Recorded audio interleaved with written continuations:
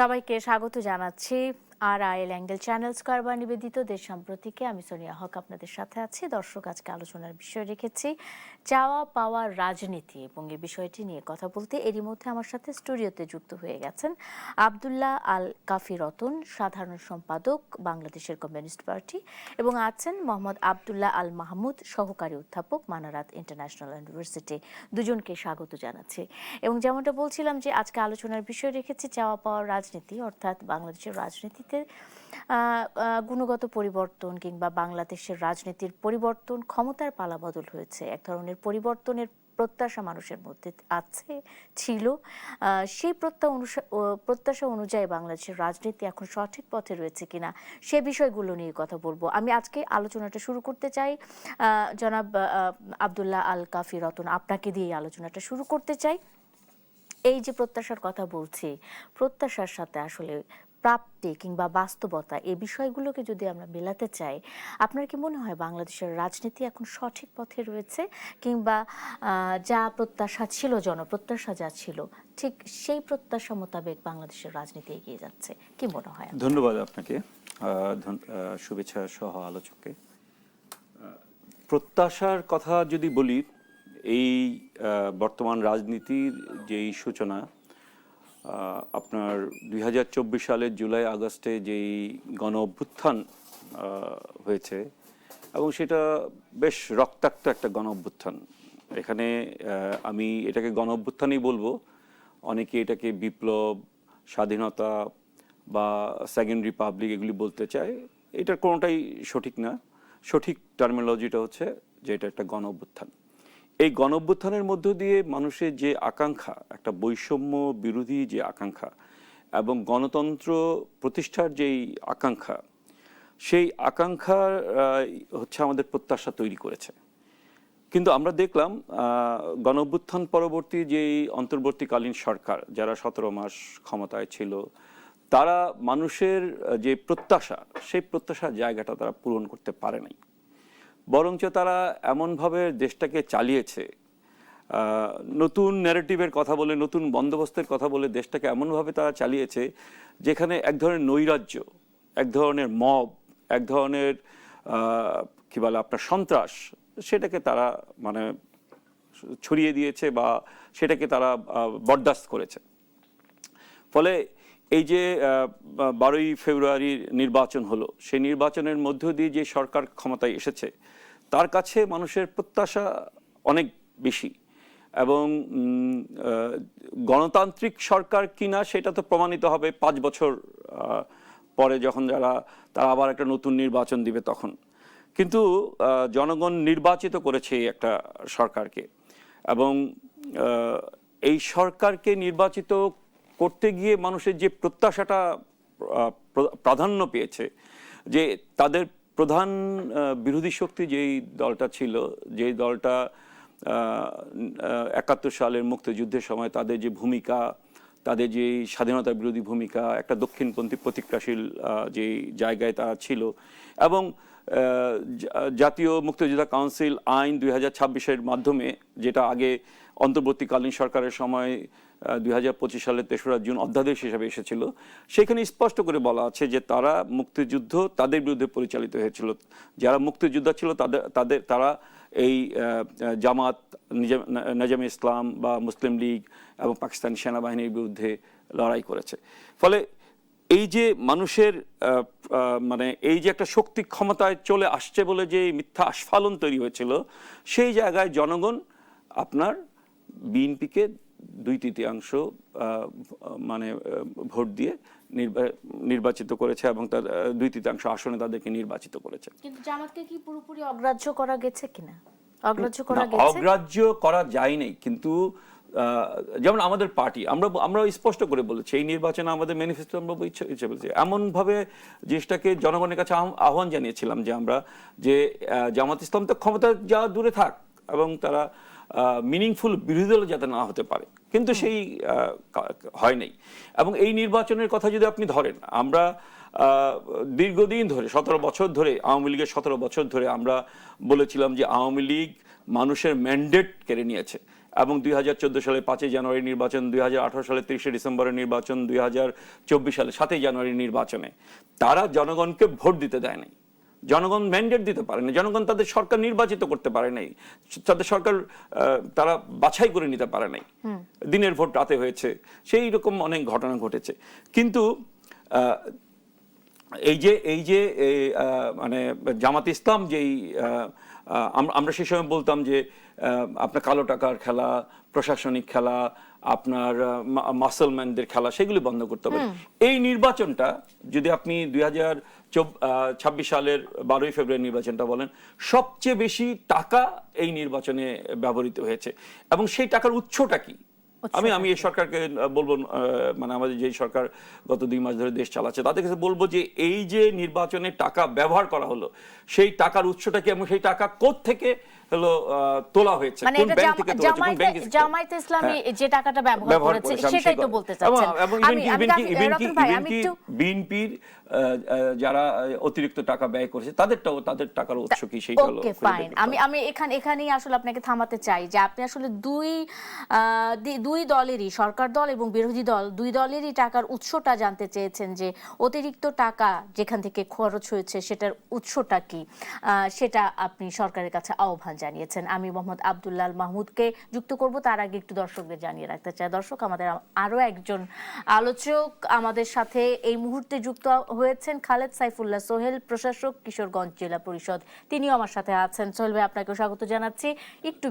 একটু বিলম্ব হয়েছে, কিন্তু তারপরও তো এসেছেন, আপনাকে ধন্যবাদ। আমি একটু আলোচনায় ফিরতে চাই। মোহাম্মদ আব্দুল্লাহ আল মাহমুদ, আপনাকে আমি একটু জিজ্ঞেস করতে চাই, এই যে অনেকগুলো অভিযোগ আব্দুল্লাহ আল কাফি রতন করেছেন, যে এই নির্বাচনে একটা বিশাল অঙ্কের টাকা খরচ করা হয়েছে জামায়াত ইসলামীর পক্ষ থেকে, এবং সংসদে বিরোধী দল হিসেবে জামায়াত ইসলামীকে আমরা উপদেষ্টাদের মুখে শুনেছি যে তারা মেইন স্ট্রিম হতে দেয়নি, জামাতে ইসলামীকে মানে সরকারে আসতে দেয়নি, এমনটা পর্যন্ত শোনা গেছে। জামাতে ইসলামের ওপর এই যে ক্ষোভটা, এইটা আসলে কেন? আপনার পাশে আপনার সহ আলোচক বসে আছেন, তিনি কিন্তু এর মধ্যে তার ক্ষোভটা কিন্তু জানিয়েছেন। কেন? আপনি কি জানেন কিনা?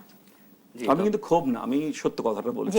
এক্স্যাক্টলি আমি হ্যাঁ, ধন্যবাদ। আপনার কথাটাই আমি বললাম আর কি। আসসালামু আলাইকুম। আমার সহ আলোচক বিন্দুদেরকে শুভেচ্ছা জানাচ্ছি, আপনাকেও শুভেচ্ছা জানাচ্ছি, সাথে সাথে আমাদের দর্শক বিন্দুকে শুভেচ্ছা জানাচ্ছি। আমরা আলোচনার বিষয়বস্তুতে প্রথমেই শুরু করলাম একটা প্রবলেমকে অ্যাড্রেস করে। এটা ভালো, কিন্তু আমরা যদি দেখি যে প্রবলেমকে আমরা অ্যাড্রেস করছি সেটা কি আমাদের মেইন প্রবলেম কিনা। আমরা দেখতেছি যে বারবার জামাত ইসলামী, 71 এই বিষয়গুলোকে নিয়ে আসা হচ্ছে অনেক বিষয়গুলোকে ঢাল হিসেবে পার করার জন্য। আপনি যদি বাংলাদেশের প্রবলেম দেখেন, দুর্নীতি, বাংলাদেশে জামাত ইসলামী প্রমাণ করেছে তারা দুর্নীতিবিহীন মন্ত্রণালয় চালিয়েছে 2001 থেকে 2006। তারপর হচ্ছে যে এখানে যে ডেভেলপমেন্টের জায়গা থেকে দেখেন, যে সোশ্যাল ইমপ্রুভমেন্টের জায়গায় জামাত এবং শিবির লাস্ট 50 ইয়ার্সে তারা প্রুভ করেছে যে they are providing better service to citizen.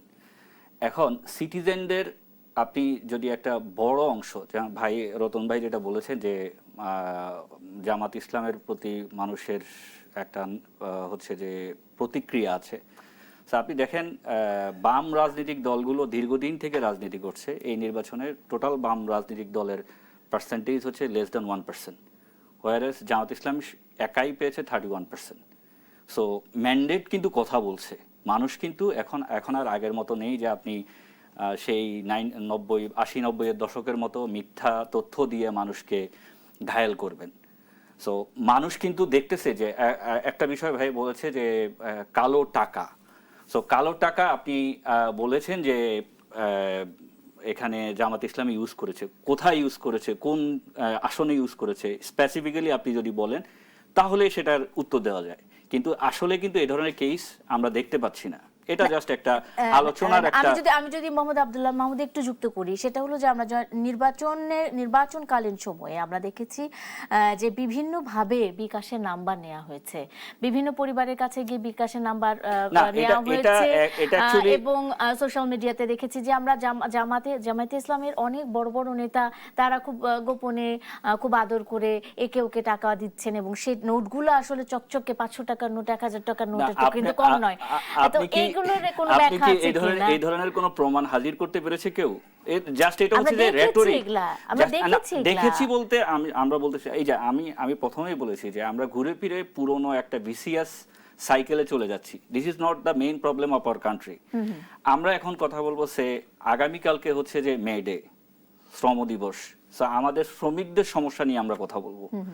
আপনি দেখেন শ্রমিকরা এই যে তেলের দাম বৃদ্ধির কারণে যে ইনফ্লেশনটা হলো, এই ইনফ্লেশনে শ্রমিকরা কিন্তু কিভাবে অ্যাডজাস্ট করছে। আপনার শ্রমবাজারের ব্যাপারে এই সংসদে যে বিল পাস হয়েছে, আইন পাস হয়েছে, সেটার কার্যকারিতা, সেটার ইমপ্লিকেশন নিয়ে আমরা কথা বলবো। আমাদের শ্রমিকদের মেজরিটি এখনো ইনফর্মাল সেক্টর। আপনার কি মনে হয় যে সংসদে বিরোধী দল আসলে এই সব বিষয়গুলো নিয়ে সরকারের উপর প্রেসার ক্রিয়েট করছে? আপনি হয়তো দেখেছেন যে গঠনমূলক প্রত্যেকদিন যখন আমরা সংসদ অধিবেশন দেখছি, তখন সেখানে শুধুমাত্র জুলাই সনদ বাস্তবায়ন সম্পৃক্ত বিভিন্ন প্রশ্ন, আমি অবশ্যই শ্রদ্ধার সাথেই বলছি, আমি সম্মান রেখে বলছি, কিংবা হয়তো বা মুক্তিযুদ্ধ অথবা জুলাই যোদ্ধা, এই মুখোমুখি অবস্থানে দাঁড়িয়ে থেকে বিভিন্ন রকমের আলোচনা হচ্ছে, বিতর্ক হচ্ছে, তর্ক হচ্ছে। আচ্ছা, আমি আপনাকে একটু বলি, আজকেই স্বয়ং স্বরাষ্ট্রমন্ত্রী বলেছেন যে 71-72 ইস্যু নিয়ে দেশকে আর বিভেদ করা দেশের জন্য মঙ্গলজনক না। আমরা দেখেন নতুন প্রজন্ম এই ইস্যুটাকে বেস করে 17 বছর ফ্যাসিস্ট সরকার কিন্তু তিক্ত করে ফেলছে পুরো রাজনৈতিক কালচারকে। সো আমরা বারবার এই বিষয়টাকে আসলে ঢাল হিসাবে ইউজ করছি। আমাদের সংসদে আলোচনা হওয়া উচিত কি? আপনি যদি বলেন যে এই বিষয়গুলো কি বিরোধী দল আলোচনা আনছে, বিরোধী দল দেখেন সরকার জ্বালানি খাতে সমস্যায় পড়েছে, বিরোধী দল নিজ থেকে প্রস্তাব করেছে যে আপনাদের কোথায় সংকট, মানুষ কেন 6 ঘন্টা 8 ঘন্টা লাইনে দাঁড়িয়ে হচ্ছে যে তেল নিতে হবে, বিরোধী দল প্রস্তাব করেছে, তারপরে কমিটি হয়েছে। তো বিরোধী দল যে আমরা যে সিভিলাইজড সোসাইটিতে বাস করছি, এখানে দেখেন আপনি শিক্ষাঙ্গনগুলোতে হচ্ছে যে পরিস্থিতি উত্তপ্ত করা হচ্ছে, মাসল পাওয়ার। আমি এই বিষয়েও আসবো মোহাম্মদ আব্দুল্লাহ আল মাহমুদ, কেন শিক্ষাঙ্গনগুলো অস্থির হয়ে উঠেছে সে বিষয়টি নিয়েও কথা বলবো।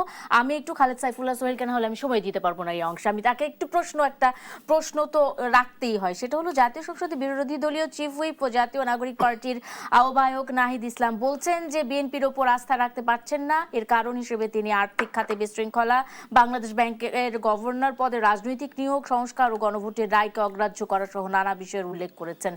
সরকার দলের উপর বিরোধী দল আস্থা রাখতে পারছে না, তারা কিন্তু এখন রাজপথে নামছে। এই অনাস্থার জায়গাটা সরকার দল কেন তৈরি করলো? খালেদ সাইফুল্লাহ। ধন্যবাদ আপনাকে, ধন্যবাদ সহ আলোচকবৃন্দ।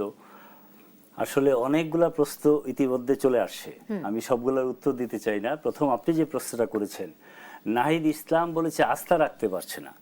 উনি আয়নার সামনে দাঁড়িয়ে উনি বলুক ওনার উপরে কোনো আস্থা মানুষের আছে কিনা। উনি তো এই জাতির সবচেয়ে বেশি আস্থা নষ্ট করেছেন। উনি জাতির সাথে যে গাদ্দারি করেছেন, জুলাইয়ের অভ্যুত্থানের কথা বলে, আওয়ামী লীগ যে চেতনার ব্যবসা করে 71-এর এই চেতনার ব্যবসা করে যেভাবে ধ্বংস হয়েছে, ঠিক নাহিদ এই চেতনার ব্যবসা করেই ধ্বংস হয়ে গেছে। উনি আর আস্থার কথা বলেন, এটা চরম দুর্ভাগ্যজনক তার কাছে যে সে অন্তত তার মুখ দিয়ে কথা বের হইতে পারে না। যারা জুলাই অভ্যুত্থানের কথা বলার সময় বলেছে বাংলাদেশি আদর্শের কথা বলে সামনে এগিয়েছে, আর ঠিক নির্বাচন আসার পরে আমরা যে দোষারোপ করেছিলাম সব সময় যে জামাতের বি টিম হিসাবে তারা কাজ করেছে, ইলেকশন আগে তাই প্রমাণ হলো। তারা তাদের সাথে মিলে সেই কাজগুলো করলো। এখন আপনি আস্থার কথা বলেন, আমি সেইটাতে যাওয়ার আগে আমি প্রশ্নের উত্তরটা পরে দিচ্ছি। আমি যেখান থেকে এসেছি, আমার হাওড় অঞ্চলের মানুষ পানির নিচে, প্রায় হাজার হাজার একর জমি পানিতে ডুবে গেছে। আমি এখান থেকে উঠে এসেছি, আজকে ওখান থেকে এসেছি। এই মানুষগুলা খুব কষ্টে আছে, তাদেরকে উদ্ধারের জন্যে আমরা তাদেরকে সহানুভূতি সহযোগিতা করার জন্য গিয়েছি। আমাদের দল বিএনপি গিয়েছে, আমাদের নেতৃত্ব গিয়েছে, এমপি সাহেব গিয়েছেন, এমপি সাহেব সংসদেও বলেছেন কালকে ওনারা যাচ্ছেন। আমরা সেই চেষ্টার মধ্যে আছি। আপনি বলেন যে আমরা যেই চাহিদার কথা আপনি বললেন নাহিদ ইসলামকে, সে যে কথাগুলো বলছে, ওনার সংসদে যে কথাগুলো বলছে, এই যে ৭১-এর চেতনা, জুলাইয়ের চেতনা, এগুলি নিয়ে তো আলোচনা হওয়ার কথা না? আমি তো ওনার সাথে একমত। অ্যাডভান্স কথা বলার কথা জাতির সামনে কিভাবে এগোবে, জাতি কিভাবে আমাদের ভবিষ্যৎ বংশধরকে সামনে নিবে, আলোচনা তো এটাই করার কথা ছিল। এই কথা আলোচনা না করে আপনি আলোচনা করবেন, আপনি আমার উপর আস্থা রাখতে পারেন না। 2 মাস 10 দিন আমি ক্ষমতায় বসলাম, আমাকে ভোট দিয়ে ক্ষমতায় বসিয়েছে, আমরা তো হাওয়া থেকে বাইসে এসে ক্ষমতায় বসি নাই। আমাদের উপরে আপনি আস্থা রাখতে পারছি যে কথা বলেন কি করে? এটা তো অন্যায় এবং জনগণের উপর অপমান করে কথা বলছেন আপনি। যেখানে শহীদের রক্তের উপর দাঁড়িয়ে একটা গণতান্ত্রিক নির্বাচন হয়েছে, সেই নির্বাচনে আর যাই হোক আপনি কথা বলতে পারেন না। কোনোভাবে কি সরকার দল বিরোধী দলের উপর চাপ প্রয়োগের চেষ্টা করছে? কারণ তারা মতামত প্রকাশের স্বাধীনতার কথাও কিন্তু বারবার বলছে। যারা চাপ প্রয়োগ করছে ওনারা নিজেই চাপে আছে কি জন্য? ভাইয়ের একটা কথার প্রসঙ্গে আসছে, এই যে উনি বলছেন যে আলোচনা করতে হবে সামনে। কাফি ভাই যে কথাটা বললেন, অবশ্যই একটা নির্বাচনে যদি কালো টাকা ব্যবহার হয়ে থাকে তার তদন্ত হওয়া উচিত, কারা কারা করেছে তাদেরকে বিচারের আওতায় আনা উচিত। আর জামাতে ইসলামের উপর এই কথাটা কেন যায় জানেন? জামাতে ইসলাম টাকার গরমটা শৈলে অনেক বেশি। এত গরম ওনাদের কি কারণে, কিভাবে গরম হয়েছে সেই বিতর্কে আমি যাব না। একটা বিতর্ক শুধু বলি, ইসলামী ব্যাংক যখন জামাতে ইসলামের কন্ট্রোলে চলে গেল, জামাতের আমির সাহেব বললেন যে সন্তান তার মায়ের কোলে ফিরে এসেছে। যদি জামাতে ইসলামের মতো একটা ব্যাংক যেটা এসালম লুট করে এটাকে বড় করেছে, সেই জামাতে ইসলামী ব্যাংক আসার পরেই তো আপনি ধরে নিতে পারেন 1000 কোটি টাকা আপনার কাছে চলে আসছে। সুতরাং আপনি যদি জামাতে ইসলামের অনেক ব্যাংকের থেকে চাঁদা তোলা হয়েছে, ছাত্র শিবিরের কথা বলে, জামাতের কথা বলে, আপনি ধরে নিতে পারেন যদি এটা সত্য হয়, মিনিমাম সত্য হয়, তাহলে টাকার তো অভাব থাকার কথা নাই। আরো অনেক টাকার উৎস আছে, আমি এই স্বল্প সময়ে বিস্তারিত যাব না। আমি শুধু সারাংশ এটা টানবো যে আমরা চেয়েছিলাম সামনে কথা বলতে, আপনি তো চাচ্ছেন পিছনে কথা বলতে। আর পিছনে আপনারা যা করেছেন সেই কথাটাকে যদি ঢাকার জন্য আপনি 24-এর অভ্যুত্থানকে সামনে ধরে ৭১-কে পিছিয়ে দিয়ে এটার মধ্যে একটা গুবলেট সৃষ্টি করেন, তাহলে তো আলোচনা হবেই। আসলে আমরা সব বাদ দেই, আলোচনা করে দেশ কিভাবে এগোবে। এই যুদ্ধ যেটা বেঁধেছে, তেলের যে সমস্যা সৃষ্টি হয়েছে, ট্রাম্প যুদ্ধ বাজিয়েছে, এবং রাস্তায় আপনি স্লোগান দেন ইরানের যুদ্ধ কেন, তারেক রহমান জবাব চাই। এই জবাব দিতে পারবো? কালকে দেখি আওয়ামী লীগের এক নেতা বলছে আমার এলাকায় পানি উঠছে, বলছে ভাটি অঞ্চলে বন্যা কেন, তারেক রহমান জবাব চাই। এটা কি আল্লাহর সাথে আমরা যুদ্ধ করতে যাব? সুতরাং এই যে প্রসঙ্গগুলো আসছে, অযৌক্তিক প্রসঙ্গ আপনি যখন সামনে আনবেন তখন আপনাকে নিয়ে আলোচনা হবে। আর অন্যায় যদি হয়ে থাকে দেশে, যে কোনো সময় অন্যায় বিচারের কাঠধরে দাঁড়াতে হবে এবং আলোচনা করতে হবে, এটা তদন্ত হইতে হবে, বিচার হইতে হবে। এটাই আমার শেষ কথা। ধন্যবাদ। আমি একটু যুক্ত করি মোহাম্মদ আব্দুল্লাহ মাহমুদকে একটুখানি যুক্ত করি যে এই যে প্রশ্নগুলোর অবতারণা হয়েছে এবং টাকার উৎসের কথা কিন্তু বারবার আসছে, আপনি কি যুক্ত করবেন কিনা? আপনার মতামত আছে তো নিশ্চয়ই। ভাই হচ্ছে যে একটা বিষয় বলেছেন ইসলামী ব্যাংকের, জাস্ট একটা পয়েন্ট বলেছেন, এই ধরনের কোনো স্পেসিফিক কোনো ডেটা ওনার কাছে নেই। সো আমাদের সমাজে আপনি বললে আমি ডেটা বলবো না, ব্যাংক আপনার কাছে থাকলে ডেটার দরকার কি পড়ে? ব্যাংক ডেটা আপনি দেখেন, একটা ইসলামী ব্যাংক, এটা হচ্ছে যে মালিকানা ছিল বেশিরভাগই হচ্ছে যে সৌদি আরবের। সেই ব্যাংকটা সবচেয়ে সফল ব্যাংক ছিল। সেই ব্যাংকটাকে মৌলবাদের অর্থনীতি বলে আবুল বারাকাত সাহেব একটা হচ্ছে যে এজেন্ডা স্থাপন করেছেন। সেখান থেকে ব্যাংক থেকে লুট করে এখানে একেবারে কমিটি বোর্ডকে সরিয়ে দেওয়া হয়েছে 2016-17 সালে, এবং সেখান থেকে আমরা দেখলাম যে ব্যাংক থেকে টাকা কিভাবে পাচার হলো। সো দেশের অর্থনীতির একটা বড় সেক্টর হচ্ছে ব্যাংকিং খাত। সো আপনারা যারা মুক্তিযুদ্ধের চেতনার কথা বলছেন তারাই কিন্তু এই খাত থেকে লুটপাট করে নিয়ে গিয়েছেন। আমরা সেই বিষয়টা কথা না বলে আমরা বলতেছি যে ইসলামী ব্যাংক থেকে জামাত ইসলাম কোথায় টাকা নিয়েছে আপনি প্রমাণ দেন, কিন্তু ফ্যাসিস্ট যে টাকা পাচার করেছে তার ডেটা কিন্তু আছে। জামাত ইসলামের আমির সাহেব কেন এই কথা বললেন যে সন্তান ফিরে আসছে মায়ের কোলে? আসসালামু আলাইকুম জামাত ইসলাম। আপনি আমি একটা বিরতি নেই, আমি এই পয়েন্টটা বলি না, বিরতি নেওয়ার পরে আপনারা কি করে নেন? রতন ভাই আমি একটু কথা বলবেন, আমি প্লিজ একটা বিরতি নেই দর্শক, একটা বিরতি নিয়ে ফিরছি দেশ সম্প্রতিকের সঙ্গে থাকুন। পারছি যে কথা বলেন কি করে? এটা তো অন্যায় এবং জনগণের উপর অপমান করে কথা বলছেন আপনি। যেখানে শহীদের রক্তের উপর দাঁড়িয়ে একটা গণতান্ত্রিক নির্বাচন হয়েছে, সেই নির্বাচনে আর যাই হোক আপনি এই কথা বলতে পারেন না। কোনোভাবে কি সরকার দল বিরোধী দলের উপর চাপ প্রয়োগ মানে প্রয়োগের চেষ্টা করছে? কারণ তারা মতামত প্রকাশের স্বাধীনতার কথাও কিন্তু বারবার বলছে। যারা চাপ প্রয়োগ করছে ওনারা নিজেই চাপে আছে। চাপে আছে কি জন্য? ভাইয়ের একটা কথার প্রসঙ্গে আসছে, এই যে উনি বলছেন যে আলোচনা করতে হবে সামনে। কাফি ভাই যে কথাটা বললেন, অবশ্যই একটা নির্বাচনে যদি কালো টাকা ব্যবহার হয়ে থাকে তার তদন্ত হওয়া উচিত, কারা কারা করেছে তাদেরকে বিচারের আওতায় আনা উচিত। আর জামাত ইসলামের উপর এই কথাটা কেন যায় জানেন? জামাত ইসলাম টাকার গরমটা শৈলে অনেক বেশি। এত গরম ওনাদের কি কারণে, কিভাবে গরম হয়েছে সেই বিতর্কে আমি যাব না। একটা বিতর্ক শুধু বলি, ইসলামী ব্যাংক যখন জামাত ইসলামের কন্ট্রোলে চলে গেল, জামাতের আমির সাহেব বললেন যে সন্তান তার মায়ের কোলে ফিরে এসেছে। যদি জামাত ইসলামের মতো একটা ব্যাংক যেটা এস আলম লুট করে এটাকে বড় করেছে, সেই জামাত ইসলামী ব্যাংক আসার পরেই তো আপনি ধরে নিতে পারেন হাজার কোটি টাকা আপনার কাছে চলে আসছে। সুতরাং আপনি যদি জামাত ইসলামের অনেক ব্যাংকের থেকে চাঁদা তোলা হয়েছে, ছাত্র শিবিরের কথা বলে, জামাতের কথা বলে, আপনি ধরে নিতে পারেন যদি এটা সত্য হয়, মিনিমাম সত্য হয়, তাহলে টাকার তো অভাব থাকার কথা নাই। আরো অনেক টাকার উৎস আছে, আমি এই স্বল্প সময়ে বিস্তারিত যাব না। আমি শুধু সারাংশটা টানবো যে আমরা চেয়েছিলাম সামনে কথা বলতে, আপনি তো চাচ্ছেন পিছনে কথা বলতে। আর পিছনে আপনারা যা করেছেন সেই কথাটাকে যদি ঢাকার জন্য আপনি 24-এর অভ্যুত্থানকে সামনে ধরে 71-কে পিছিয়ে দিয়ে এটার মধ্যে একটা গুবলেট সৃষ্টি করেন, তাহলে তো আলোচনা হবেই। আসলে আমরা সব বাদ দেই, আলোচনা করে দেশ কিভাবে এগোবে। এই যুদ্ধ যেটা বেঁধেছে, তেলের যে সমস্যার সৃষ্টি হয়েছে, টান যুদ্ধ বাজিয়েছে। এবং রাস্তায় আপনি স্লোগান দেন ইরানের যুদ্ধ কেন, তারেক রহমান জবাব চাই। এই জবাব দিতে পারবো? কালকে দেখি আওয়ামী লীগের এক নেতা বলছে আমার এলাকায় পানি উঠছে, বলছে ভাটি অঞ্চলে বন্যা কেন, তারেক রহমান জবাব চাই। এটা কি আল্লাহর সাথে আমরা যুদ্ধ করতে যাব? সুতরাং এই যে প্রসঙ্গগুলো আসছে, অযৌক্তিক প্রসঙ্গ আপনি যখন সামনে আনবেন তখন আপনাকে নিয়ে আলোচনা হবে। আর অন্যায় যদি হয়ে থাকে দেশে, যে কোনো সময় অন্যায় বিচারের কাঠগড়ায় দাঁড়াতে হবে এবং আলোচনা করতে হবে, এটা তদন্ত হইতে হবে, বিচার হইতে হবে। এটাই আমার শেষ কথা।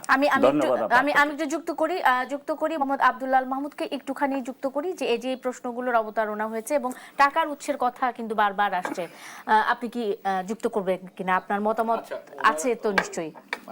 ভাই হচ্ছে যে একটা বিষয় বলেছেন ইসলামী ব্যাংকের, জাস্ট একটা পয়েন্ট বলেছেন, এই ধরনের কোনো স্পেসিফিক কোনো ডেটা ওনার কাছে নেই।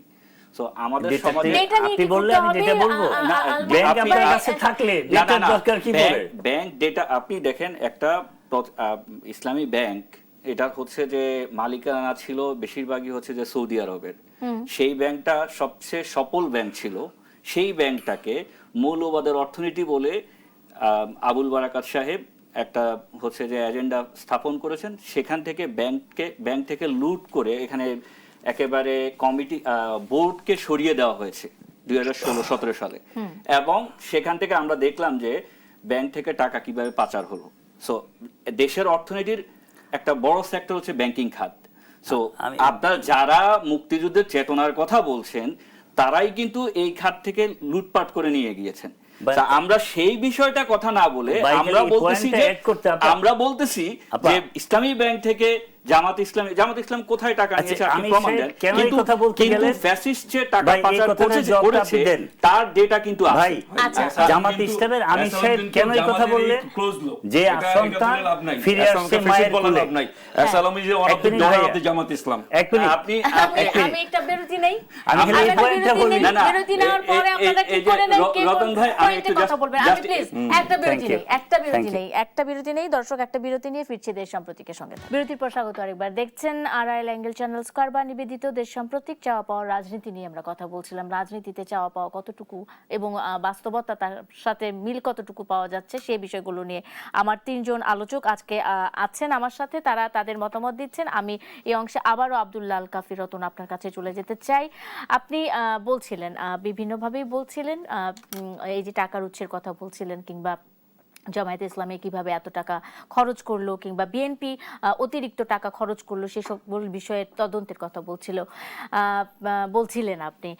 শুধু কি জামায়াতে ইসলামী আসলে অনেক বেশি টাকা খরচ করলো নির্বাচনে, বা টাকা নির্বাচনে ভোট ক্রয়ের চেষ্টা করলো? বিএনপি কি কিছুই মানে খুব কম না, করেছে, আমি- কিছুটা আমি কম কিন্তু- করেছে এরকম টাইপের। আমি কিন্তু বলেছি যে আমরা কালো টাকা, পেশি শক্তি, প্রশাসনিক ব্যবহার, ধর্মের ব্যবহার এইগুলি মুক্ত একটা নির্বাচন চেয়েছিলাম। কিন্তু প্রফেসর ইউনূসকে যেভাবে প্রজেক্ট করা হয়েছিল বা আমরা জাতি যেভাবে জানতাম যে উনি একটা মহান ব্যক্তি, উনি আসলে সব শেষ, সব উদ্ধার হয়ে যাবে আমাদের, কিন্তু আমি এটা গত বছরের 14ই নভেম্বর কমিউনিস্ট পার্টির জনসভায় বলেছিলাম, ব্র্যাড ইউনূস ফেইল, এটা ব্যর্থ। এবং আজকে যে এই যে 12ই ফেব্রুয়ারিতে একটা সুষ্ঠু, অবাধ, নিরপেক্ষ নির্বাচন করতে, মানে যেখানে টাকার খেলা মুক্ত নির্বাচন করতে পারে নাই, সেটা হলো প্রফেসর ইউনূস কিন্তু সাহেবের সবাই তো ব্যর্থতা। বলছে নির্বাচন অনেক সুষ্ঠু হয়েছে, ভালো হয়েছে। সুষ্ঠু নির্বাচন মানে আপনি কি বলে, মানুষ ভোট দিতে পেরেছে বা ভোট দেওয়ার সুযোগ করে দেওয়া হয়েছে, কিন্তু এই ভোটের আগে নির্বাচনী যেই প্রেক্ষাপটটা ছিল সেইটা অ্যানালাইসিস করতে হবে। যা আমি আমি আমার পার্টির কথা হচ্ছে যে এই নির্বাচনে আপনার অর্থের ব্যয় ছিল এই যাবৎকালে সবচেয়ে বেশি, এটা আমরা স্পষ্ট করেই হলো বলছি। এখন আমি মানে প্রত্যাশার কথা বলছেন, তো এইগুলি আমরা একটু মানে এখানে আগে আমরা অন্য বক্তারা বলছেন যে ও সামনের দিকে আগাইতে হবে। তা আমি সামনের দিকে আগাইতে গিয়ে বলি যে এই যে পার্লামেন্টটা আজকে শেষ হলো 30শে এপ্রিল, এই যে দীর্ঘ গত বছর মার্চের সম্ভবত 12 বা কত তারিখে শুরু হয়েছিল, এই পার্লামেন্টে আমরা একটা প্রত্যাশা ছিল প্রফেসর ইউনূস সাহেব ক্ষমতা থেকে যাওয়ার আগে, নির্বাচনের 3 দিন আগে একটা চুক্তি করেছে মার্কিন যুক্তরাষ্ট্রের সাথে, এবং এটা মার্কিন যুক্তরাষ্ট্রের সাথে যে চুক্তিটা করেছে এটা একটা অধীনতামূলক চুক্তি এবং একটা দাসত্বমূলক চুক্তি। এই চুক্তির কোনো পয়েন্টেই বাংলাদেশের স্বার্থের পক্ষে না। হ্যাঁ, তো এইরকম একটা চুক্তির বিরুদ্ধে আমরা তো আশা করেছিলাম যে পার্লামেন্টে, যেহেতু বিএনপি এই চুক্তি করে নাই বা বিরোধী দল এই চুক্তি করে নাই, তারা এই চুক্তির বিরুদ্ধে অবস্থান নেবে। কিন্তু পাল্টা আমরা দেখলাম যে খলিল সাহেব যে বললেন যে এই চুক্তির সাথে বিএনপির সম্মতি আছে, জামাত ইসলামের সম্মতি আছে, ফলে সারা দেশের মানুষ কিন্তু চুক্তি নিয়ে বিরুদ্ধে কথা বলছে, কিন্তু পার্লামেন্টের এই 299 জন কি বলে আপনার সদস্য কিছু বললেন না। একবারে শেষ দিনের 2 দিন আগে রুমিন ফারহানা, আমরা 27 তারিখ পার্লামেন্ট ভবনের সামনে বিক্ষোভ করেছি, স্পিকারের কাছে আমরা স্মারকলিপি দিয়েছি, প্রত্যেকটা সাংসদের কাছে আমরা স্মারকলিপি দিয়েছি, এবং আমাদের সেই স্মারকলিপি দিয়ে উদ্দীপ্ত হয়ে রুমিন ফারহানা পয়েন্ট অফ অর্ডারে সেই বক্তব্যটা উত্থাপন করেছেন। ফলে আমি এই কথাটা বলতে চাই যে আজকে সবার আগে বাংলাদেশ বলছেন, সবার সাথে বাংলাদেশ বলছেন কেউ কেউ, তো ওই জানি না জামাতেরটা ভুলে গেলাম কি সবার আগে কি বাংলাদেশ। তো এই বাংলাদেশটাকে যদি সবার আগে আপনি দেখতেন, তাহলে মার্কিন যুক্তরাষ্ট্রের সাথে যে অধীনতামূলক চুক্তিটা হলো, সেই চুক্তি বাতিল করার জন্য তো সবার আগে আপনারা হলো কথা বলতেন। কিন্তু সেটা না করে কি করলেন, আপনারা বলেছিলেন যে আপনারা গাড়ি নেবেন না, বাড়ি নেবেন না, দেখালো পার্লামেন্টে আবার ওই গাড়ির দাবি চলে আসছে, ওই বাড়ির দাবি চলে আসছে। সুতরাং এই যে জনগণের প্রত্যাশার বাইরে গিয়ে তারা হচ্ছে ভূমিকা রাখছে, উপজেলাতে গিয়ে তারা গাড়ি বাড়ি কথা বলেছে, উপজেলা আবার অফিস চাচ্ছে, অফিসের কথা বিএনপি বলেছে, গাড়ির কথা এনসিপি বলেছে। আমি একটু চলে যেতে চাই মোহাম্মদ আব্দুল্লাহ মাহমুদ আপনার কাছে। সেটি হলো যে শিক্ষাঙ্গনগুলো আতঙ্কিত, মানে সেখানে অস্থিরতা তৈরি হচ্ছে, এই ধরনের কথা আপনি বলেছেন এবং আপনি এগিয়ে যাওয়ার কথা বলেছেন। যদিও সংসদে আমরা সেই চেহারা দেখতে পাচ্ছি না, আমরা দেখতে পাচ্ছি যে বিরোধী দল এখন রাজপথে নেমে এসেছে এবং তারা ওই জুলাই সনদ নিয়ে কথা বলছে এবং জ্বালানি সংকটের যে কথা বলছেন আপনি, সেটি নিয়েও খুব যে সোচ্চার তা না। এবং সবশেষ যদি আমি রতন ভাইয়ের কথাটা ধরি, যে এই যে আমেরিকার সাথে যে চুক্তিটি, সেই চুক্তি নিয়ে আপনারা দুজন কিন্তু প্রশ্নের উত্তরটি আমাদেরকে দিবেন, আমাদের দুজনকে দিবেন, যে কেন বিরোধী দল এবং সরকার দল চুপ করে আছে। মাহমুদ ভাই, আপনি একটু যদি শুরু করতেন। আচ্ছা, আপনি অনেকগুলো বিষয় অবতারণা করেছেন, আমি ওয়ান বাই ওয়ান যাচ্ছি। প্রথমে হচ্ছে যে ক্যাম্পাসের রাজনৈতিক অস্থিরতা। আমরা দেখলাম দিনে দুপুরে শাহবাগ থানায় একটা মব হলো, সেই মব করে নির্বাচিত ডাকসু প্রতিনিধিদেরকে মারা হলো, সাংবাদিকদেরকে মারা হলো। সেটার জন্য হচ্ছে যে শাহবাগ থানায় তারা হচ্ছে বিচার চাইতে গেল, সেটার জন্য মামলা করতে গেল, মামলা নেওয়া হচ্ছে না। এই বিষয়টা আজকে নাহিদ ইসলাম সংসদেও বলেছে। মবের শুরুটা কখন হয়েছিল? মবের শুরুটা তো হয়েছে আপনার এখানে ডাকসুর একজন প্রতিনিধি, তার নামে আজকে এই গত 5 দিন আগের ঘটনার কথা বলছি না আমি, মবের শুরুটা কখন হয়েছিল? আপনি যদি মব, আমরা যদি বলি যে কোনো ধরনের উস্কানি, মব, এটা রাজনৈতিক একেবারে সকল কালে সকল যুগেই ছিল। এই শব্দটাকে আমরা নতুনভাবে উপস্থাপন করেছি জুলাইয়ের পর।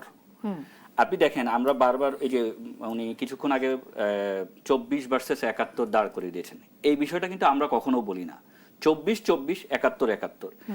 71 দেখেন, 71 আমরা চেয়েছি হচ্ছে যে সাম্য, মানবিক মর্যাদা এবং সামাজিক সুবিচারের একটা বাংলাদেশ, কিন্তু দেখলাম যে 75 এসে সেটা ফেল করলো, আবার 90-তে এসে আবার ফেল করলো, আবার 24 আসলো। তার মানে কি, আপনি যে সিস্টেমটা করছেন সেই সিস্টেমটা বারবার ফেল করছে। আমরা 24-এ এসে আমরা কি বললাম, জুলাই সনদ কেন বলা হচ্ছে? জুলাই সনদ 71-কে বাইপাস করার জন্য না, জুলাই সনদ বলা হচ্ছে যে আমাদের যে প্রবলেমগুলো আগে ছিল সেটা থেকে উত্তরণের জন্য আমরা একটা সাস্টেইনেবল সলিউশনের দিকে যাচ্ছি। আপনি দেখেন সংশোধনগুলো, পঞ্চম সংশোধনী আপনি জানেন, সংবিধানের সংশোধনীগুলো বারবার এটা হচ্ছে যে যখন ভিন্নধর্মী সরকার আসে তারা এটাকে তাদের গায়ের জোরে এটাকে চেঞ্জ করে ফেলে। এখনো দেখেন 2/3 মেজরিটি আছে, তারা হচ্ছে যে আমাদের সাংবিধানিক প্রতিষ্ঠানগুলোর, আজকে আমি যদি বলি এই যে আমাদের বাংলাদেশ সিকিউরিটি এক্সচেঞ্জ কমিশনের একটা বিল পাস হলো, তারপরে ইন্স্যুরেন্সের একটা বিল, দুইটা বিলেই হচ্ছে যে বয়সের সীমা উঠিয়ে দিল। তার মানে এটা কিন্তু একটা আমার মানে সিন্ডিকেটকে ধরে রাখার একটা মেকানিজম। আমরা এইসব বিষয়ে কথা বলি না, কিন্তু আপনি যখন বয়স উঠিয়ে দিলেন, তার মানে একটা লোক যখন আমার সিকিউরিটি এক্সচেঞ্জ কমিশনে, দেখেন সিকিউরিটি এক্সচেঞ্জ কমিশনে গত 17 বছরে লক্ষ কোটি টাকার উপরে মানে নিয়ে যাওয়া হয়েছে, হাজার হাজার মানুষ এটার দ্বারা হচ্ছে যে ক্ষতিগ্রস্ত হয়েছে। আমরা এই প্রবলেমগুলো আমরা কথা বলবো, আমরা এই প্রবলেমগুলো কথা বলছি না, কিন্তু আমরা নিয়ে আসছি ঘুরে ফিরে বিভক্তির রাজনীতি। বিভক্তির রাজনীতি দিয়ে দেশ আগাবে না, সে কথাটাই স্বরাষ্ট্রমন্ত্রী বলেছে। আরেকটা বিষয় ভাইয়া বলেছেন যে এখানে তৃণমূল অনেক কিছু বলবে। আপনি দেখেন রাজনৈতিক ময়দানে অ্যাকোমোডেটিভ ল্যাঙ্গুয়েজ কারা নিয়ে আসছে? জামাত ইসলামী সংসদে অ্যাকোমোডেটিভ টোন নিয়ে আসছে, যেখানে আমরা দেখতাম যে বিরোধী দল জ্বালাও পোড়া রাজনীতি করতো, জামাত ইসলাম সেটা করছে না। সরকার দল তো বেশ সহনশীল আছে, অনেক কিছু তারাও তো সহনশীল আছে, সেটা তো আমি বললাম যে তাহলে এই আস্থাহীনতা কেন? সহনশীল থাকার মধ্যেই কেন আবার বিভেদকে উস্কে দেওয়া হচ্ছে? 71 বিভেদকে উস্কে দেওয়া হচ্ছে। আমি আপনাকে এই অংশে আবার থামাতে চাই। আমি আবার খালেদ সাইফুল্লাহ সোহেল আপনার কাছে চলে যেতে চাই। এই যে আমেরিকার সাথে চুক্তি, এই বিষয়টি নিয়ে সরকার কোনো উদ্যোগ নিচ্ছে কিনা, বা তারা তাদের কাছ থেকে তাদের যুক্তি খণ্ডনের কোনো বিষয় আছে কিনা? আমি সাধারণ নাগরিক হিসেবে রতন ভাইয়ের সাথে একসাথে হয়ে আমি আসলে আপনার কাছে এই প্রশ্নটা রাখলাম। সাইবের কাছ থেকে শুনছি, আমি এই চুক্তিটা আসলে তো বিস্তারিত দেখি নাই, নাম্বার 1। নাম্বার 2, ভাই যদি এটা ব্যাখ্যা দেন তারপরে আমি উত্তরটা দিব। আর এটার পক্ষে আমি যেটা পেপারে দেখেছি, বিএনপি জামাত সহ সবাই একমত ছিল, এই কথাটা ট্রু, পেপারে দেখেছি। বাট আমি এখনো বিস্তারিত দেখি না, আমি মন্তব্য সেটা করব না। আমি যে মন্তব্যটা করব, অনেক প্রশ্নগুলো এসেছে, সময় খুব স্বল্প। আমি প্রথম একটা প্রশ্নের উত্তর দিই যে আমরা এই গত 2 মাসে জাতির প্রত্যাশা কি ছিল? আপনি প্রত্যাশা প্রাপ্তির কথা বলেছেন।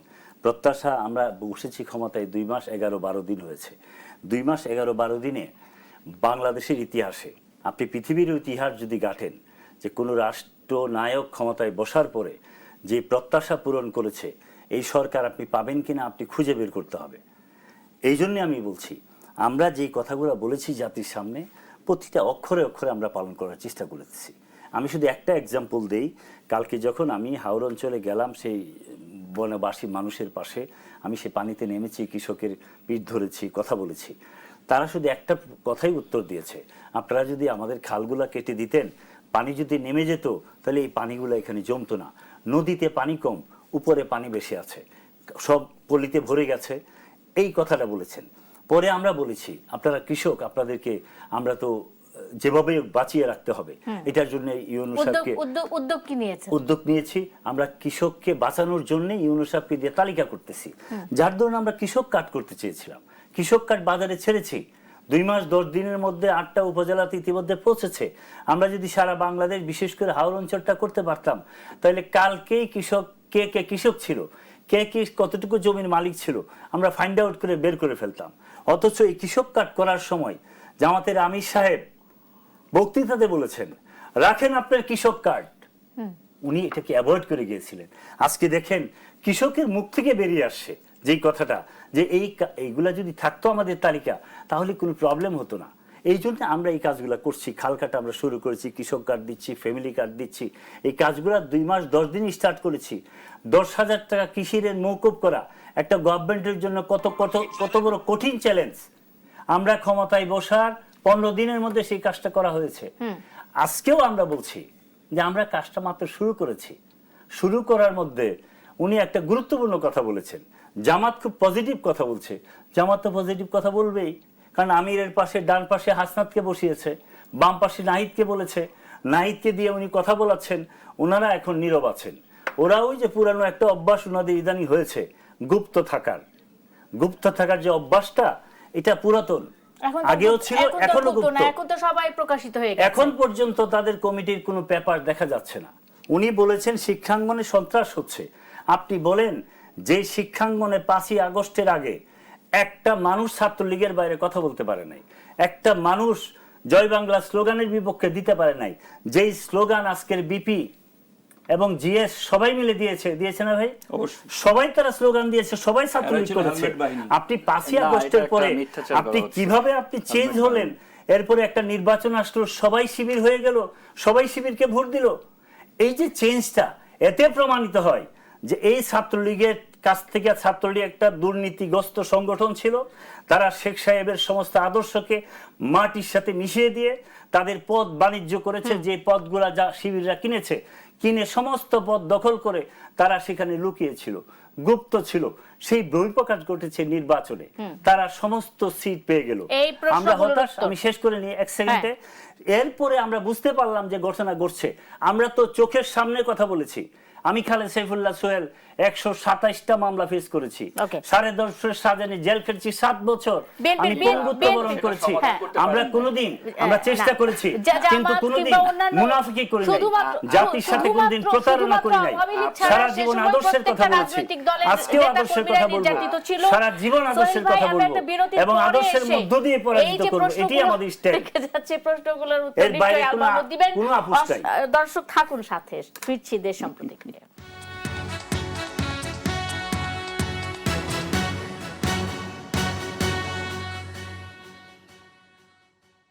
রাজনীতি নিয়ে কথা বলছিলাম, আলোচনা জমে উঠেছে এবং আমি আসলে মোহাম্মদ আব্দুল আল মাহমুদকে দিয়েই আলোচনাটা এবারে শুরু করতে চাই। এই যে গুপ্ত শব্দটি নিয়ে নানা রকমের ন্যারেটিভ বলি, নানা রকমের বিতর্ক হচ্ছে, নানা রকমের তর্ক হচ্ছে এবং সংসদ পর্যন্ত সেটি চলে গেছে, সেটি নিয়ে আলোচনা হচ্ছে। অনেক জরুরি বিষয় নিয়ে আলোচনা হইতে পারত, কিন্তু জামায়াতে ইসলামের সদস্যরা গুপ্ত ছিল এক সময়, আওয়ামী লীগে, ছাত্রলীগে তারা গুপ্ত থেকে কাজ করেছে।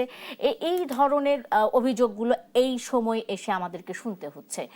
এখনো আপনি শুনেছেন, আপনি আপনার মন্তব্য বলেন। আচ্ছা, এই ধরনের ডিসকাশনে আমাদের কি খুব বেশি লাভ হচ্ছে? আমরা ঘুরে ফিরে বারবারই হচ্ছে যে বিষয়গুলো আসলে দেশের জন্য কোনো কল্যাণকর না। গুপ্ত আপনার হচ্ছে যে শিবিরের যে ছেলেরা বলেন, ছাত্র দলের ছেলেরা ঢাকা ইউনিভার্সিটির হলে যখন উঠে, যখন যে দল ক্ষমতায় থাকে মাসল পাওয়ার ইউজ করে ছাত্রদেরকে ইউজ করা হয়। ছাত্রদল, ছাত্রলীগ, মানে যে দলই ক্ষমতায় থাকুক, যেখানে যে দল ক্ষমতায় ছিল তারা হচ্ছে যে 18 বছর তো বিএনপি ক্ষমতায় ছিল না, মানে ছাত্রদল ছিল না, ছাত্রলীগ ইউজ করেছে। সেখানে ইউজ করে কি করেছে, এখানে সাধারণ ছাত্রদেরকে মিছিলে যেতে বাধ্য করেছে। এখন আপনি সাধারণ ছেলেদেরকে শুধু শিবির না, এখানে ছাত্রদলের ছেলেও ছিল। একটা ছেলের নাম বলেন আপনি আমি বললাম তো, ফার্স্ট ইয়ারে প্রত্যেকটা ছেলের জন্য এটা ম্যান্ডেটরি।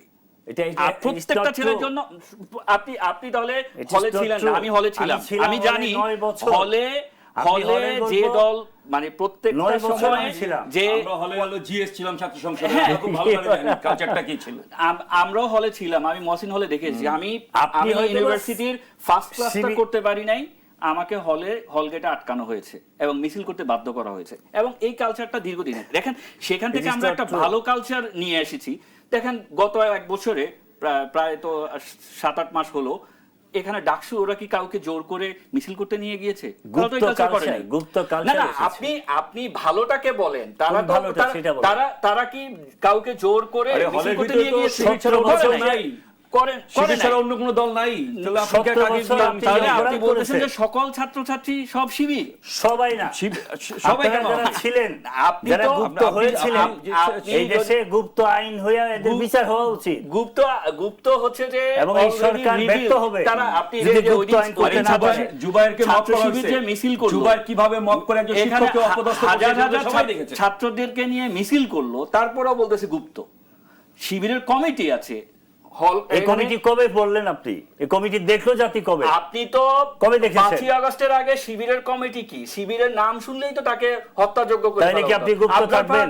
তাইলে আপনি আন্ডারগ্রাউন্ডে থাকবেন? আপনি ছাত্রলীগের ভিতরে আপনি থাকবেন? না, ছাত্রলীগের ভিতরে ছিল না। কোথায় ছিল? ছাত্রলীগের ভিতরে ঢাকা বিশ্ববিদ্যালয়ে ছাত্রলীগের আমি দখলে বলি, ছিল।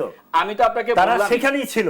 ছাত্রলীগের, এরপরে আপনি আরেকটা কথা ছাত্রলীগের বলেছেন। মিছিলে আমি প্রত্যেকটা স্টুডেন্টকে যেতে বাধ্য করা হয়েছে, সেই রেফারেন্সকে আপনি টেনে গেলে আপনি বাধ্য, বলছেন। আর না, আমরা- এটা আপনি ঠিক বললেন। কথাটা I ঠিক don't বলেন। agree. এটা গেল। আচ্ছা, হ্যাঁ। আমি আবার বলছি, এই যে আপনারা গুপ্ত সবাই ইস্যুটা লিখে আমি আনলেন, কথা বলছি না, আমি আবার যা হচ্ছে যে বলবো। বারবার আমরা হচ্ছে যে এই ধরনের কথা বলে আমরা আসলে কারণ মানে তথ্যটা productive সঠিক কথা না বলছি দিলে না। তো এই আলোচনা আপনি আসবে। দুর্নীতির কথা বলছেন। হ্যাঁ, কিন্তু দুর্নীতি। আমি সেই সাথে একটুখানি যুক্ত করি, আমি এগিয়ে যাওয়ার কথাই বলি। দুর্নীতির কথা যখন আমরা বলছি, তখন আজকে সংসদেও কিন্তু দুর্নীতি নিয়ে কথা হয়েছে, এবং জনাব নাহিদ ইসলাম কিন্তু বলেছেন যে একটা তদন্ত হওয়া দরকার, যেহেতু এই ধরনের অভিযোগ আমাদের বিরুদ্ধে এসেছে। অন্তর্বর্তীকালীন সরকারে থাকা অবস্থাতে দুজন ছাত্র উপদেষ্টা, মানে ছাত্র উপদেষ্টা ছাত্রদের প্রতিনিধিত্ব যারা করছিল, এখন যারা জামাতের শরিক দলে আছে, তাদের বিরুদ্ধে আর্থিক অনিয়ম, এবং তাদের মধ্যে একজনের বিরুদ্ধে এত বেশি আর্থিক অনিয়ম, যেটি আসলে অনেক সিনিয়র নেতাদের বিরুদ্ধেও সেই পরিমাণ অর্থের আচ্ছা, অভিযোগ নেই। তাদের সেই গার্ডস আছে বলেই তো তারা বলল যে আমাদের বিরুদ্ধে যদি অনিয়ম থাকে আপনি তদন্ত করেন। আপনার 17 বছরের দুর্নীতি, আজকেও স্বরাষ্ট্রমন্ত্রী বলেছেন যে 30 লক্ষ কোটি টাকা পাচার হয়ে গিয়েছে। সেই টাকা, সেই দুর্নীতি নিয়ে আমরা কথা বলছি না, আমরা কথা বলছি যে ছাত্র উপদেষ্টাদের দুর্নীতি। এরা চুরি করলে হবে না? আপনি তো এরা 16 মাসে দুর্নীতি নিয়ে কথা তারা বললে এই open দুর্নীতি নিয়ে challenge কথা বলতে করেছে, হবে। তারা তো ওপেন চ্যালেঞ্জ করেছে যে আপনি তো, আমরা তো বলি নাই যে আপনি তদন্ত করেন, অবশ্যই। যেই অপরাধী হোক তাকে অবশ্যই শাস্তির আওতায় নিয়ে আসেন। সো আপনি যদি দুর্নীতি, আমি তো বললাম যে আমরা বারবার এই ইস্যুগুলোকে ঢাল হিসাবে ইউজ করি দুর্নীতিকে বাইপাস করার জন্য। আমাদের আসলে এখন হওয়া উচিত যে কিভাবে দেশকে এগিয়ে নিয়ে যাব, আমার কিভাবে কর্মসংস্থান হবে, আমার কিভাবে শিল্পের উন্নয়ন হবে। এখানে ইনফ্লেশনে আমাদের জনজীবন বিধ্বস্ত। আজকে দেখেন, আমরা 3 জন মানুষ এখানে কথা বলছি, আমাদের মানুষের কষ্ট নিয়ে আমরা কোনো কথা বলতেছি না। আমরা প্রচলিত যে মানুষের কষ্ট নিয়েই তো কথা না বলছি, না, কষ্ট এটা নিয়ে। এটা মানুষের কষ্ট না। আর আমরা মিথ্যা তথ্য দেন শুনেন, বলে না, আমরা না, প্রফেসর। আমি তো বললাম, আপনি হলো অধ্যাপক, আপনি কি জানেন যে আমি এই কিছুক্ষণ আগে কি করে আসছি? মানুষের কথা, না না, কষ্ট আমি নিয়ে তো তো কথা বলতেছি। এই যে পায়ের মধ্যে তাহলে এখনো কাদা কষ্টের পড়ে আছে। বিষয়টা আপনি আলোচনায় আনবেন।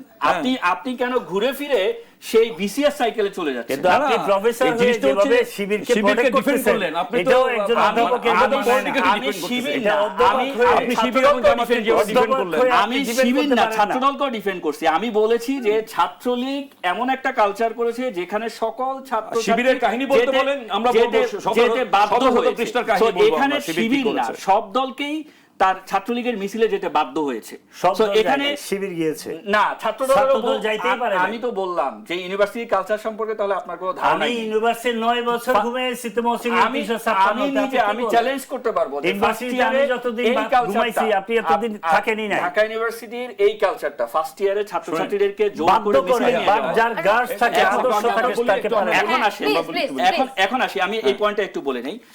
এটার বিপরীতে আপনি গঠনমূলক রাজনীতির উপস্থাপনা কিন্তু করেছে, ডাকসু কিন্তু একটা এক্সাম্পল সৃষ্টি করেছে। Okay. হ্যাঁ, তাদের ডাকসু যে- কি example তাদের সৃষ্টি করছে? তাজা এটা rhetoric। ডাকসু কি example Example সৃষ্টি সৃষ্টি করেছে? করেছে। মধ্য আমরা দিয়ে example আমরা সৃষ্টি 88 করছে। 89 এ ডাকসু কেন ছিলাম। তারা ছাত্রছাত্রীদের প্রবলেমকে অ্যাড্রেস করেছে। আরে ভাই, তারা- শুনে, আবাসন সমস্যা জামাতের সমাধান করেছে। প্রবলেমকে অ্যাড্রেস করেছে। মানুষকে লিল্লা দিলে সেটা হলো ইয়া না, না, না, মানুষকে পলিটিক্যালি আপনি কিভাবে কি করতেছেন?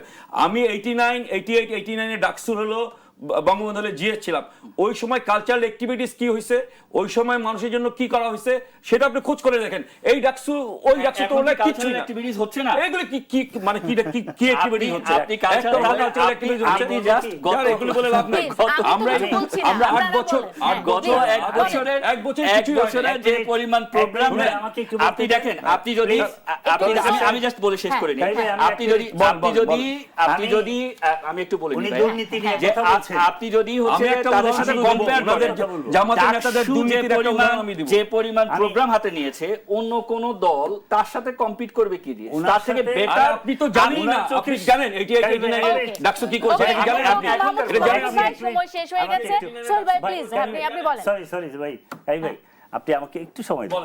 এটা হয়েছে কি, উনি শুধু উনার চোখে ছাত্র শিবিরের প্রোগ্রামই ভাসে, এই জন্য উনি তো এটাই বলবেন। শেষ করে ভাই আমি শেষ করি, আপনি দুর্নীতির কথা বলছেন। বাংলাদেশে কোন রাজনৈতিক দল যদি প্রাতিষ্ঠানিক রাজনৈতিক দল দুর্নীতিবাজ হয়ে থাকে, তার নাম জামাত ইসলাম। আমি শেষ করে বাংলাদেশের দুর্নীতির মূল ক্ষেত্র হচ্ছে যে ক্ষমতায় যারা থাকে। জামাতে ইসলাম গত 50 বছরে সরাসরি ক্ষমতা ছিল। আমি একটা এক্সাম্পল দেই আপনাকে। জামাতে ইসলামের আমির ইসলামী ব্যাংকের মধ্য দিয়ে যে দুর্নীতি করেছেন, এটার তদন্ত যদি গভর্নমেন্ট না করে, এই গভর্নমেন্টকে একদিন ইতিহাসের কাঠগড়ায় দাঁড় করাতে হবে। নাম্বার 1। নাম্বার 2, গুপ্ত আইন যদি এই সরকার না করে, বিচার না করে, একটা দুর্নীতির কথা আমি বলে গুপ্ত আইন যদি না করে, তাহলে এক মিনিট, সেটা হচ্ছে শুনেন, 2001 সালে 18 জন জামাত ইসলামের নেতা নির্বাচিত হয়েছিল সংসদে। তখন একটা আইন ছিল যে তারা হলো ট্যাক্স ফ্রি গাড়ি পেত। আমি আজকে এখানে চ্যালেঞ্জ করে বলে গেলাম, ওই 18 জন নেতাই প্রত্যেকে তাদের ট্যাক্স ফ্রি গাড়ির যে কাগজ, সেই কাগজ বিক্রি করেছে। এটা আমি চ্যালেঞ্জ করে বলে গেলাম, যদি আমি প্রমাণ দিব যদি কেউ আমাকে চ্যালেঞ্জ করে। যদি আপনার ওই ধরনের দুর্নীতি থাকতো, তাহলে দুর্নীতি আছে। আপনি বলেন আওয়ামী লীগ বিচার করেছে, ওই দুইজন মন্ত্রী বিচার করেছে, তারা এই দুর্নীতির অসংখ্য ধন্যবাদ আপনাদের তিনজনকে, আব্দুল্লাহ আল কাফি রতন, মোহাম্মদ আব্দুল্লাহ আল মাহমুদ এবং খালেদ সাইফুল্লাহ সোহেল, তিনজনকে ধন্যবাদ জানিয়ে দর্শক আজকের মতো শেষ করতে চাই দেশ সাম্প্রতিক। ধন্যবাদ আজকের মতো, শুভরাত্রি।